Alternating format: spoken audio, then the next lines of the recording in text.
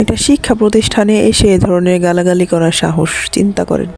এই যে এতক্ষণ আপনারা শুনলেন না, একটা মহিলা গালাগালি করতেছে, ইনি হচ্ছে স্কুলেরই একজন টিচার। হ্যাঁ, আগে ছিলেন, কিন্তু ওনাকে বের করে দেওয়া হয়েছে। উনি তারপরেও স্কুলে এসে এরকম গার্ডিয়ানদের সাথে, টিচারদের সাথে, স্টুডেন্টদের সাথে রাফ বিহেভ করে এবং তাদের গালাগালি করে।